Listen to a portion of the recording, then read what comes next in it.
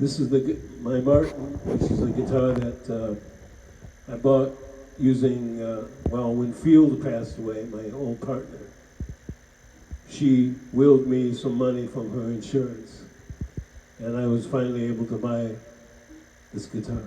Oh.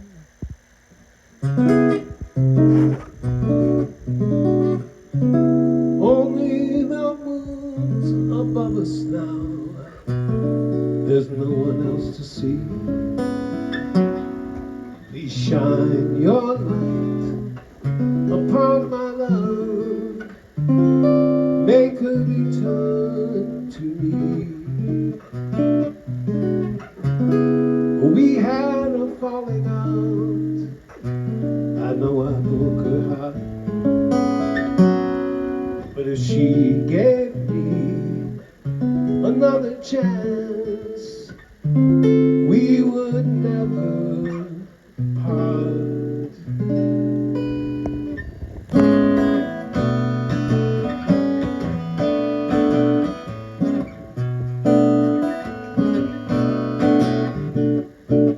Mr. Moon, I will see you soon with your light above. Sing your tune. I've been blue since she said we were through. If you could bring back her love, I would be true. I used to hang around just to hear your song. All that remains is this sad refrain. Mr. Moon, please bring her back to me. Give her your melody. Mr. Moon, Mr. Moon, Mr. Moon, Mr. Moon,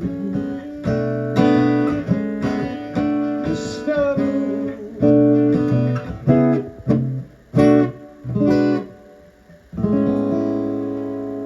Oh, beautiful. Thank you. I can't clap and hold the camera. So this is James. James, your last name? Eisele. Eisele. Mr. James Eisele. That is beautiful. Thank you for being a part of my project. So I met you through Terry. 2 weeks ago, you were performing at the Come Back In. We had to come back in with Durango's Old Timey Rascals. Yo, that was awesome. That was so much fun. Yeah, And Durango's a great guy. Oh, and I've already posted some of what you were doing. And I already off camera said I am not a musical. So if I refer to any of your instruments, I apologize if it's wrong. So let's talk about what you're playing right now. Can we talk? You shared that you got this with some money from your former partner. Yes. Let's talk about this guitar. This guitar, I've always wanted a Martin, of course. And when Field passed away, she was my partner from 2010 to 2018 when she passed away from cancer. She left me in her will, and she bought me. With that money, I bought this $2,000 Martin, and I also bought a $1,500 Fender Strat. So this is a high-end guitar? These are very high-end that I would never have bought myself because I never had that much money to buy. What did you play before you had your Martin? I had several acoustics that were, $400 or $500 guitars, and Okay. they were nice, and I still own them. But the Martin is sort of the pinnacle, and has always been, the best kind of guitar that I can have, and I just love it so much. It's got so much tone to it, and I really, I'd rather have Field back, but Yeah. Yeah, and she was your partner in life and also Right. your musical partner, right? We first met in 2010, where we played with a couple of different bands, rock and country music. Then we left the bands and formed a duo called Field and James. You can find it on YouTube. We wrote a lot of music together. She was a great lyricist, and she was an opera singer. Um, and so she had the smoothest voice that you ever heard. And when you blended with my bluesy voice, it really made a nice blend. But then she got cancer in 2013, and they gave her 5 years to live, and she just about made that. Unfortunately, passed away after that. Now, But, actually, that story reminds me that I didn't meet you for the first time at the Comeback Inn then. I met you when you guys played here for Terry's 70th birthday party. that's correct. Now, Yes. his birthday was yesterday, so that was 7 years ago. Yeah, thank you for that. And that was, yeah, that was, I remember you guys. Beautiful. Yeah. So let's talk about, so we're in Madison, Wisconsin. This is like a beer town and a cheese town, but this is also a music town, right? It So certainly is. are you born and raised in Madison? I was born and raised in Madison. I spent some time living in other parts of the country, but came back to live in here, mostly to take care of my invalid mother. Okay. And then after she passed away, then I took care of my aunt, who was the lifelong boyfriend of Alex Jordan, the guy who built our house on the rock. So we had a lot of fun, and I certainly had a good time with them. And so Madison is your home. That's good. And what can you? I would love for you to share your musical journey with me and everyone here. How did you? What was how? Yeah. What was your first instrument? How old were you? And Well, in 1964, when the Beatles were coming out, I was really loved the Beatles, and up until that time, I was only about 10 years old. I would make guitars out of cardboard, and then and when I was in 1967, my family was kind of broke. My dad was in between jobs, but he had just gotten a new job, and at Christmas time, they asked all the kids what they wanted, and I said I wanted a guitar, and they said, well, that's not going to happen because we don't have enough money. But then and Christmas time came, and I didn't get it. And then at the end of the Christmas presents given away, they said, wait a minute, we forgot something. So they brought out the most beautiful guitar you ever seen. no. I was 13 years old at the time. Oh. And it came to me later that my dad and ma met with all the kids and said, well, what are we going to do? James wants the guitar. And and so all the kids kind of gave up getting a present. Oh, that's And so my dad and mom could afford to give me a guitar.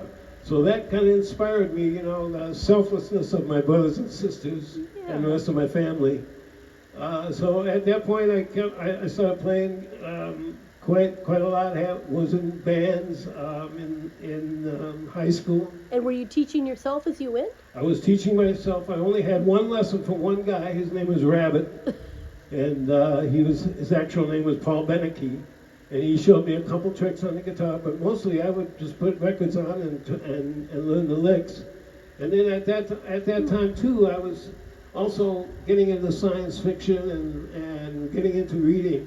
So I thought, well, why don't I'm going to try writing lyrics and writing songs, because there's the only difference between a song somebody else wrote and you wrote is, they were popular and you weren't. But anyway. So I actually started writing quite a bit at that time, and all throughout my life, I've been writing my own lyrics and learning how to write better lyrics and learning how to play the guitar.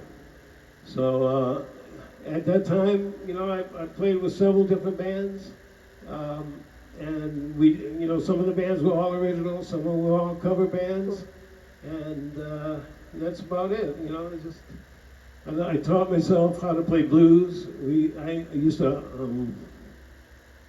host a jam down at the Anchor Inn down here at Shank's Corners for many years with with the late Billy McDuffie and the late bass player. His name forgets me right now, but he was great. That was a great section. But at that time, I also decided, you know, that I needed to learn some jazz chords. Only because everybody was playing blues and they're playing the same.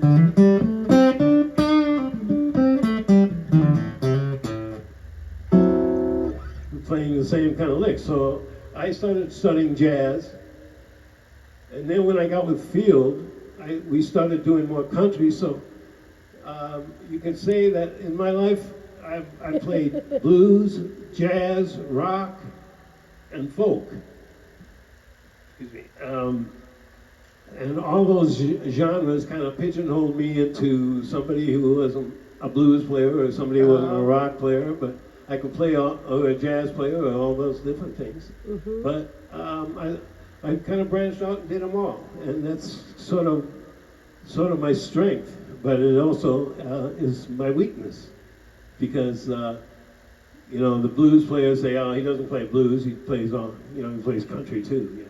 Mm-hmm. They're prejudiced against that, or whatever they're prejudiced against.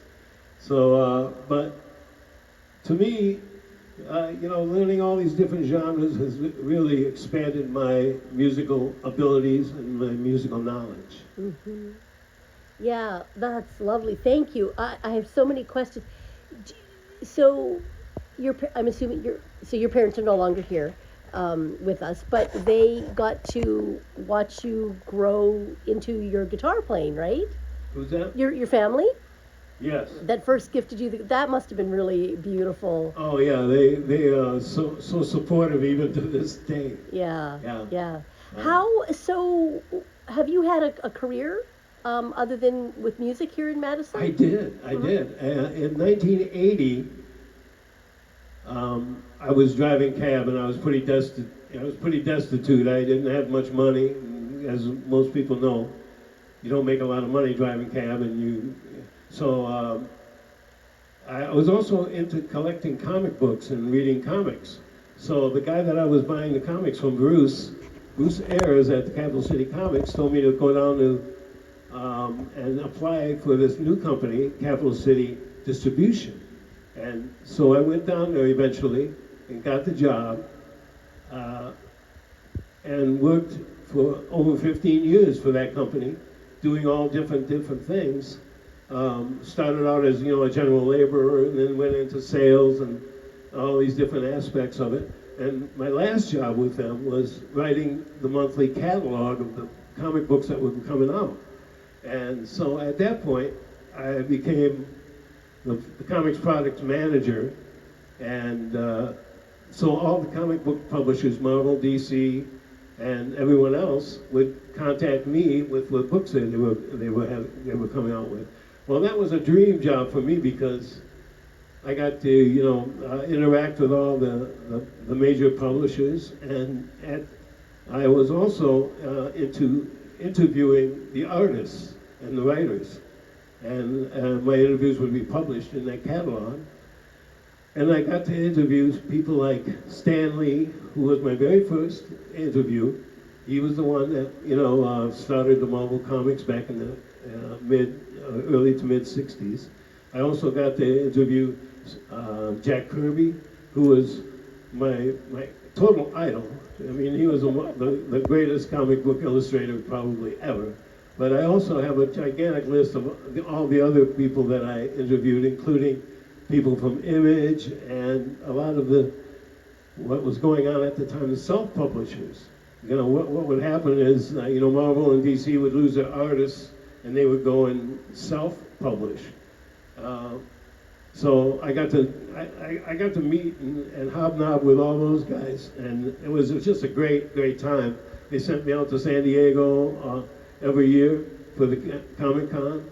Wow. And I got to meet, you know, so many incredible human beings at that time, and it was a great job for me. And then finally what happened was the distributor got bought out by the competitor. And so I lost my job in the mid-90s. And I went on to take care of full-time take care of my mother and my aunt. And then also spent more time, all this time I was always playing music too, you know, with different bands and recording. So I have recordings that stretch back into the 60s, 70s, 80s, 90s, and up to today. And where can people find your music? That's a good question. They can find it on my Reverb Nation site. If they go to James Eisele and go to Reverb Nation or Band Mix or SoundCloud. Okay. So and then a couple of them have my a couple of the stores around town have my CDs. Okay. Mad City Music, and Strictly Discs. And you go by your first and last name? Yes. That's okay. All right. So I want to hear another song, because that's what we're really here all about. And then if it's okay with you, and then we'll continue on with some other questions. Okay. Does that work for you? Here's a song that Field and I wrote together.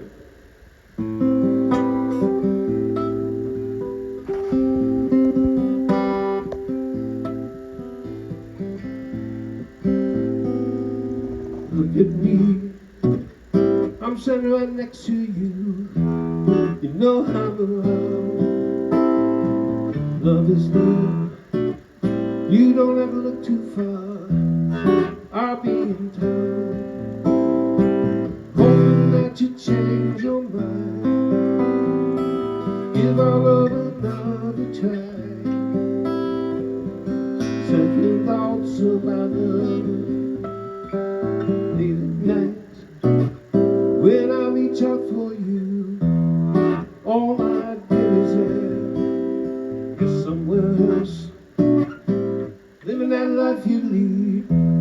I wish I were there, holding you in soft twilight, waiting for your kiss goodnight. Second thoughts about love. Second thoughts about love.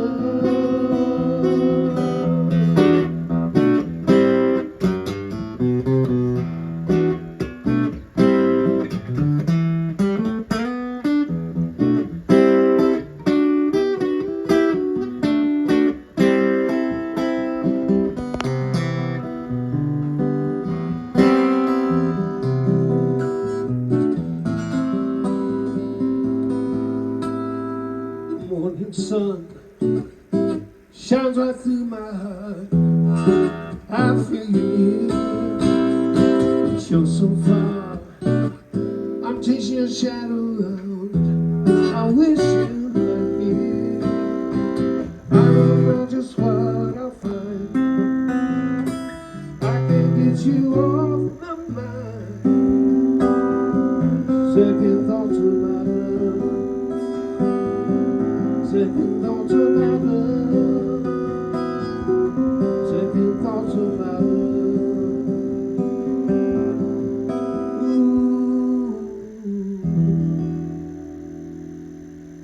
Oh, beautiful. Is that called Second Thoughts About Love? Second thoughts. Second Thoughts. What inspires your songwriting? Is there something that's kind of a theme throughout, or?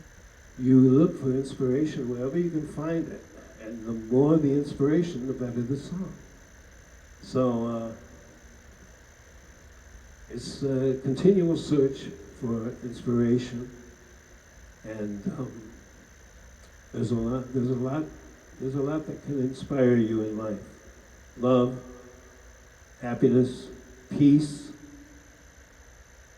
and notable good causes that need to be bolstered, like clean air and political things. So yeah, that's just inspiration, like from there. Do you have a song that's come to mind that you'd like to share around those kind of political or climate, or? I do have a song called Poison Earth that really wasn't planning on playing, but it's a great tune, and it talks about um, talks about.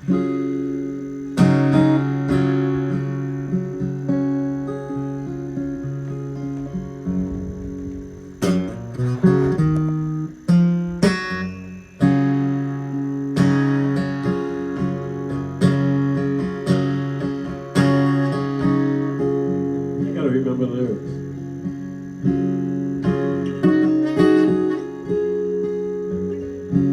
You can't wash your hands of the whole affair.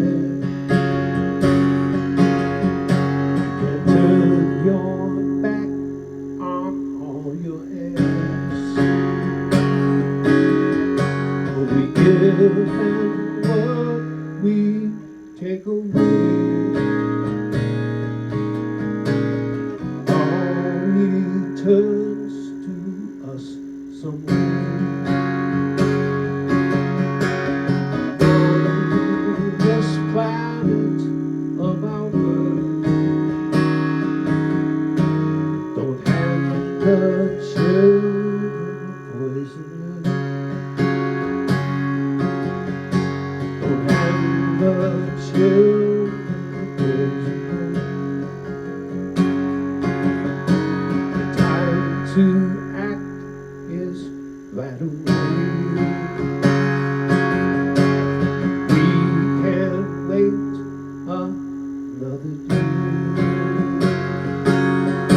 It may already be too late. Now we can't go to waste. On this planet of ours, don't have the children. Let them know the blue sky, the white north, the living sea and forest, the balance of the season, the wonder of the night sky. Save it for your head. Let it all be theirs. Don't have the children and the children.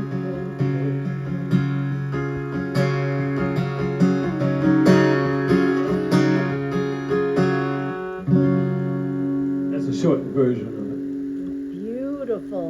And I was thinking of your granddaughters when I was listening to the words, because you have, how old are they? of it. I have two granddaughters.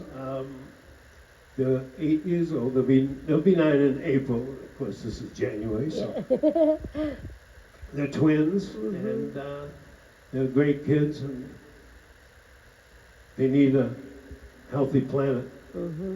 Their kids, those kids, and their children, and their children's children, and so on and so forth. We need to really do something. And I love that you use your creativity, use your voice in that capacity too. So beyond just entertaining, but to share a message, which of course so many musicians do. But I was curious, James, so you've been playing guitar, I don't know exactly how old you are, 60 some years? Would that be? It's been about that long. Okay, so I know you've got a whole many more years of playing. Looking back, have there been highlights, highlights of yourself as a musician, the music, being involved in the musical world? And then I wanted to know, do you have any goals moving forward? Are there particular songs you're really itching to write or in the process of writing, or people you want to play with, or places you want to play, or yeah? All of the above. I always try to make the next song that I write better than the last one that I wrote. And that way you can continue to grow. I'd love to be able to play with I've been real blessed playing with a lot of great musicians over my time. Some of which we have lost, of course. Um, so I'm hoping that I get to play with some more people because we are only on this earth for a limited amount of time, and so it's great to make connections with people. You're only as good as the people that you play with. I remember during the early 2000s, I was playing with Bob Corbett on the saxophone, who recently passed away. Clyde Stubblefield was on the drums, and of course he's gone now too. And Major Hamberlin on the keys. He's also passed away. Playing with those guys, usually when I got on stage with other musicians, I was usually the best musician on the stage. But when I was with those three guys, that was no longer the case. So it was a humbling experience, but one that just made you better. Mm-hmm. That's. Did I answer all the questions? I think so. That sounds like a highlight from the past. And oh yeah, yeah. One big highlight is the accomplishments of not only the advancements of your understanding of music and melody and how to play the guitar and all that business, but being able to be a good lyricist is also super important because you got to blend your lyrics with the music, with the rhythm and the beat, and those lyrics have to kind of reflect all that stuff and more. So when you write a good lyric, you get really super proud of it because that was the real challenge. A lot of times when I sit down to write a song, I'll come up with some lyrics and then I'll go back to it and look at it again and go, I could do better than that. So you go back and rewrite until you get it right. And some of the best lyrics come from that, and some come from the spur of the moment too. So it's kind of a balance of the two. I'd like to do a song that I wrote after Field passed away. It's called I Say a Prayer.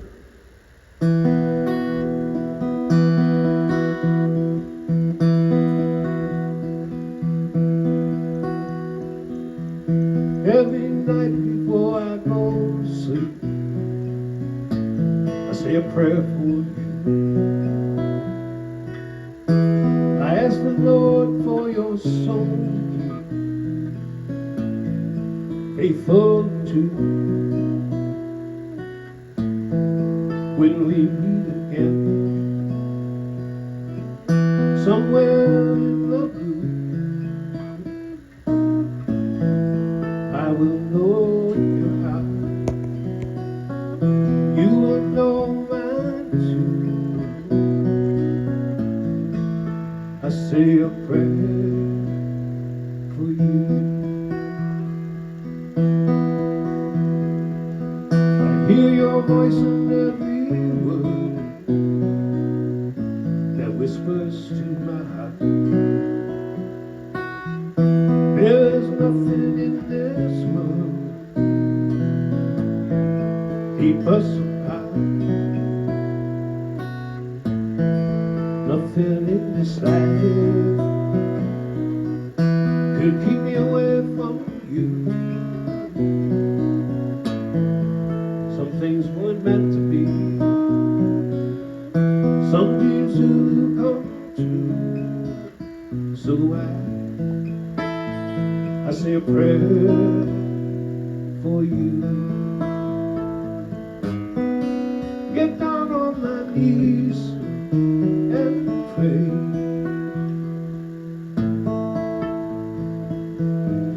that we will meet again someday.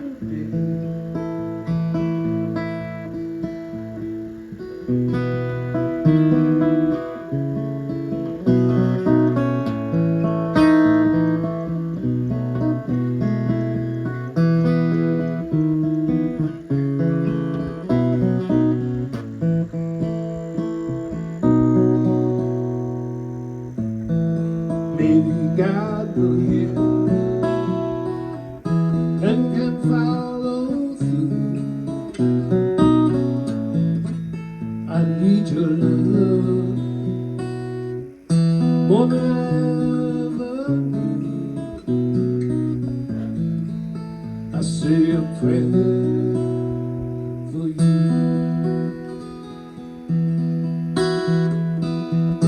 Every night before I go to sleep,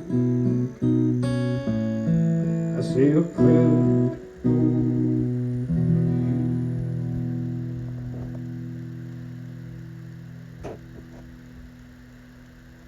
Thank you for sharing that. That was beautiful.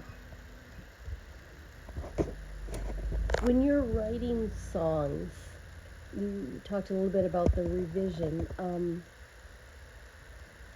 What's the shortest amount of time that you've sat and written? Have you ever written one in a couple of hours, or does it usually take a couple days, or is there a usual, or? Very rarely have I written a song in less than 15 minutes or a half hour. Okay. Mm-hmm. A lot of times I'll come back to it. You know, I'll write what I can, and then when I feel like, you know, trying to move on, I'll go and do something else, and I'll come back and rewrite it. And that's generally how I work. You know, I generally usually a song starts out just by, you know, just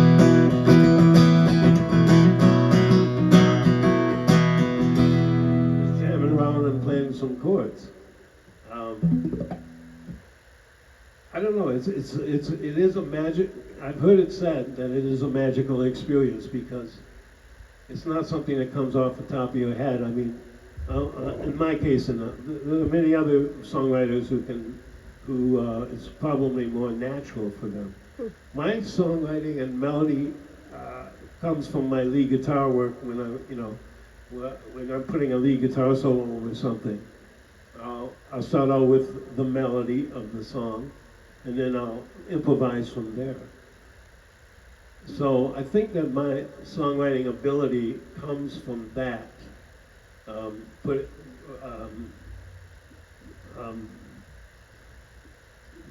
playing a melody over whatever chords are being played.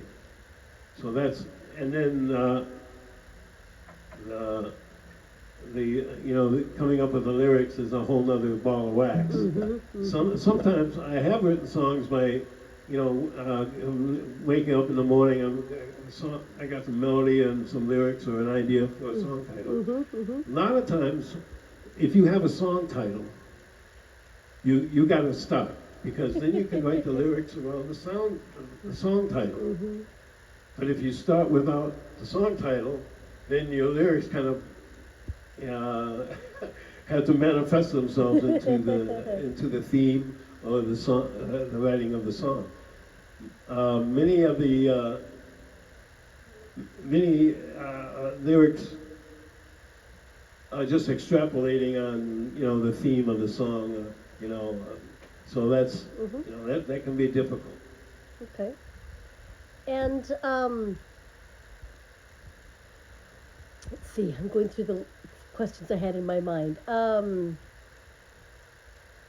The joy in play. So a couple. What would be what would be the greatest compliment if you're playing and you overhear some people say something about you? What would that be that you'd be like, wow, that, yes. And then I also want to know, James, what is this for you? What is the joy in being a singer-songwriter? Can you describe what that is? I think the joy comes from touching other people's lives and their experiences through your own and through your lyrics. One of the greatest joys might be somebody saying, I lived that lyric you wrote. So you've touched that person in a way that is very, very special. And you shared your human experience with them. Mm-hmm. Mm-hmm. Like in that last song, let's see, what it says, I hear your voice in every word that whispers to my heart. that to me, um, anybody who's lost somebody that they love, they can identify with them. And you know, if they make a compliment to me saying, you know, that touched me. Yeah. That to me is the greatest thrill. And the other thing is, you know, when you're playing leads, I was playing in a cover band not too long ago.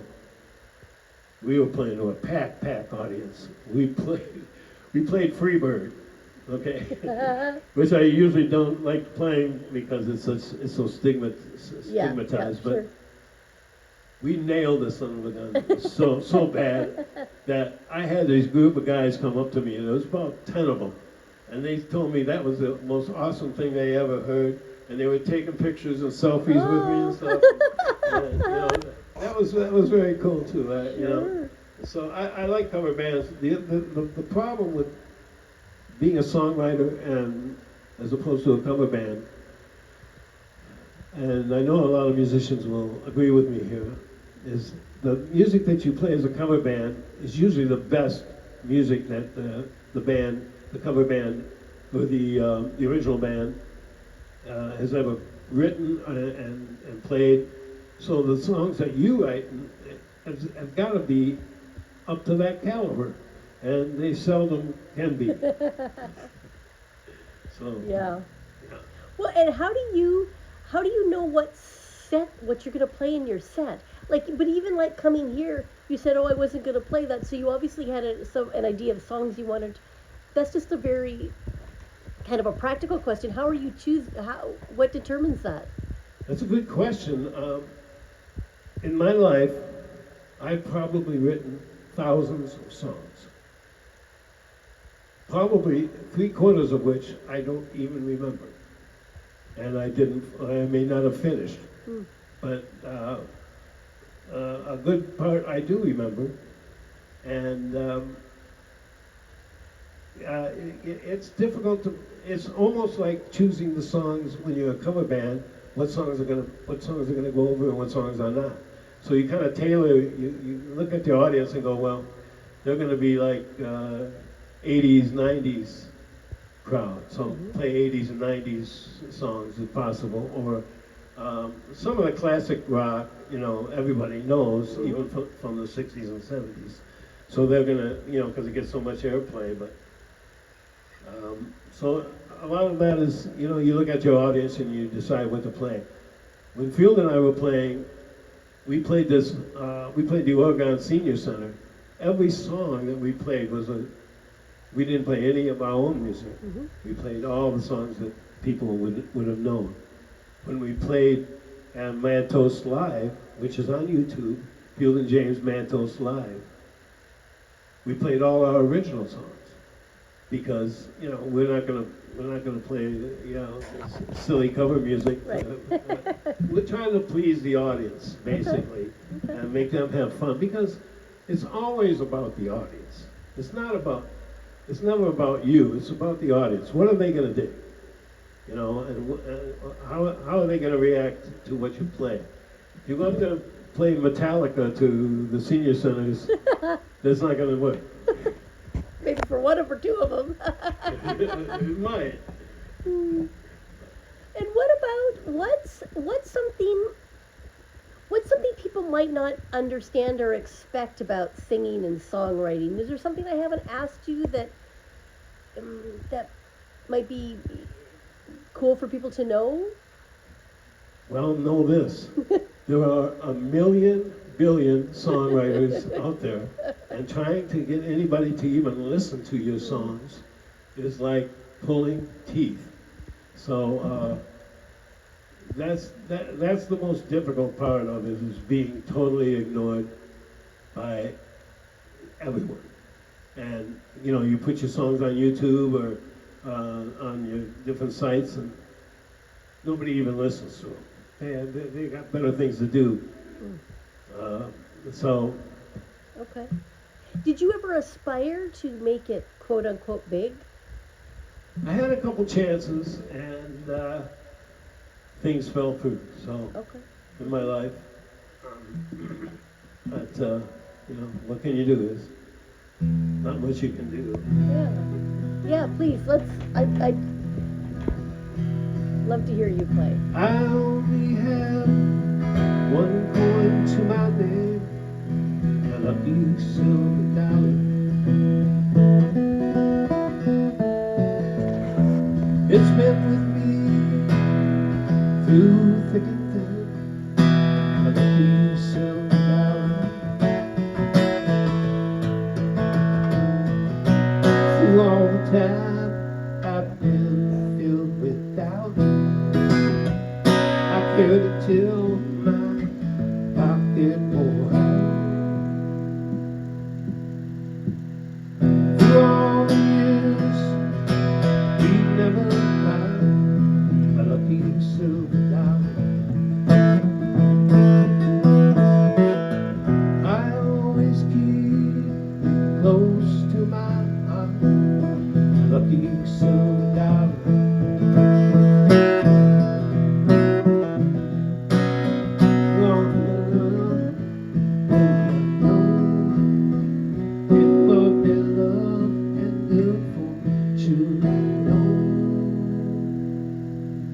I'm not superstitious. I always knock on wood when all my luck has run out. Love my rabbit's foot,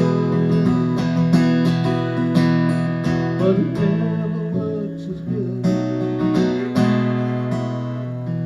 Silver dollar,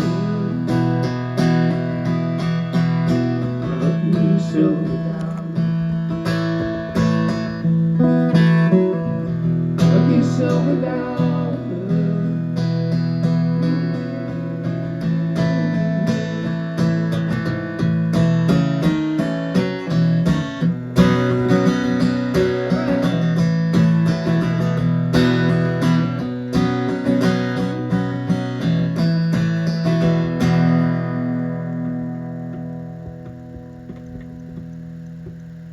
Through all this, no one can ask for more than the look I got from that dollar. As long as I have it, I'll never be poor. A lucky silver dollar.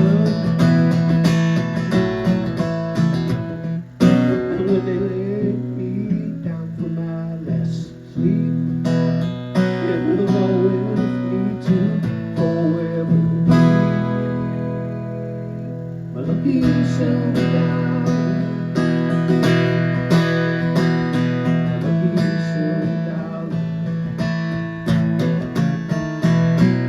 lucky silver dollar.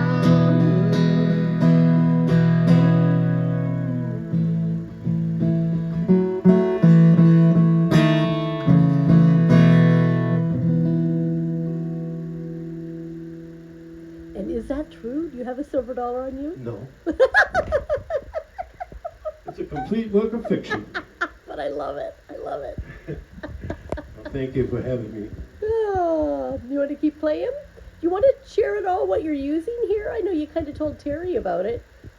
Well, I have my Fishman amp, which I plug in my guitar, my vocal amp.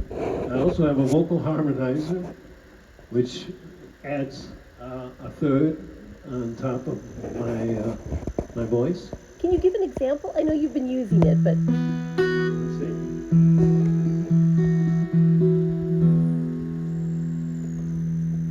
I also use capos quite a bit.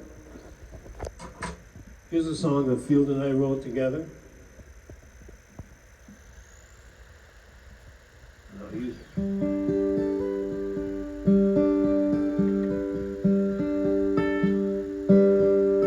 Let's see. Pour me a tall one, I know that you can't see the ghost of a girl that came in with me. That girl got it all, she was my everything. Those days are gone now. I'm done with that rain. Bartender, hear me out. Pour me another drink. There's something in that bottle you got. Maybe I won't have to think if I can take you off my mind. Closing time, she's on my mind. Before I go, give me one for the road. Got those empty bottles, I did the best I could. Stack 'em up, move 'em round. You know I loved you good. Bartender, hear me out. Pour me another drink. Something in that bottle you got. Maybe I won't have to think if I can take you off of my mind. I can take you off of my mind.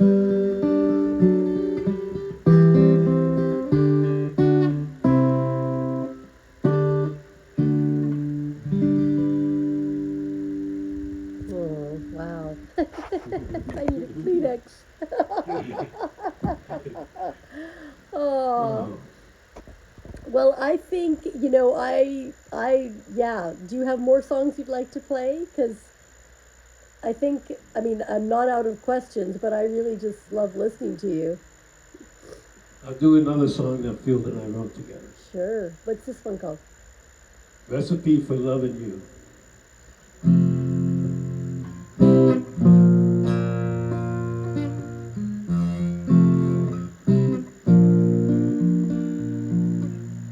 I got a recipe for loving you, written down in my head. You take a little sugar and a whole lot of love, sprinkle in the sunshine off the wing of a dove, keep it in my heart for review. A recipe for loving you. Want you in my bed, no one else. Belly validation so sweet.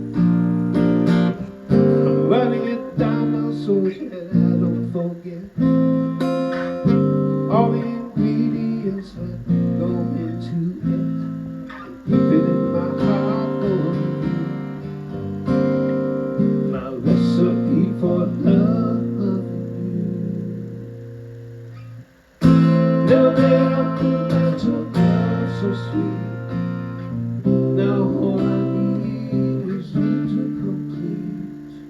Here in this moment with you close to me. If you look in my eyes, I know that you will see. Here's my recipe for loving you. It's no longer in my head. It's a real culinary, tasty life. Keeps my taste buds going every night. 'Cause your love is on my menu. My recipe for loving you. No one else could do. It's a one-time time to my recipe for loving you.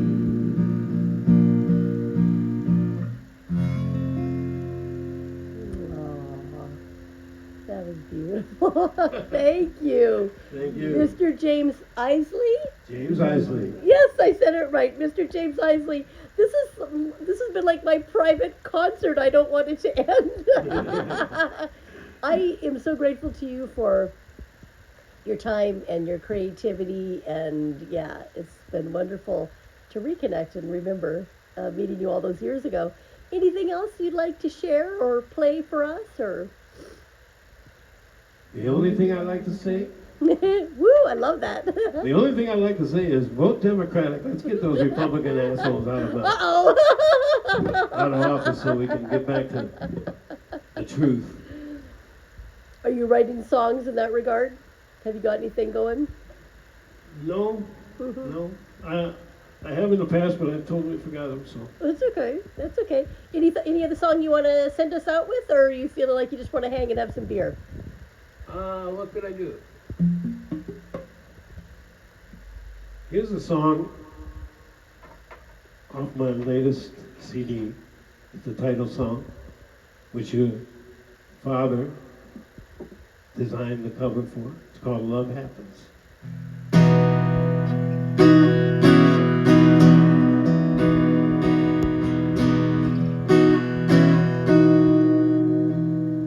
Look around, I'll be around. I just have to go without you. From the start, you took my heart. There was nothing that I could do.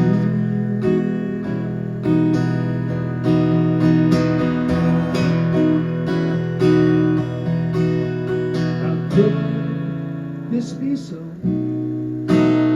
Love happens this way. Well, if that's the way it goes, what can I say? Love happens. Love happens. It comes around when you least expect it. Puts a big smile on your face. It gets you high, and you can't help it. Everything falls into place. I know we two have so much to give. Here in this crazy mix of world that we live in. Love happens. Love happens. Love happens. Everything's done at the end of the day. How much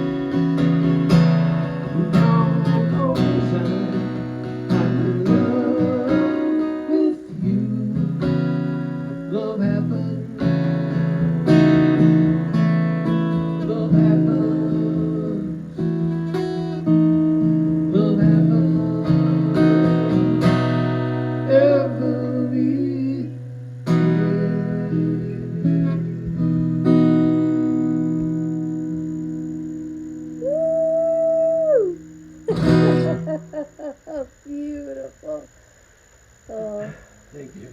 Thank you, James. Thank you for spending so much time and sharing so much. Thank you for your creativity. Yeah. Thank you. Yeah.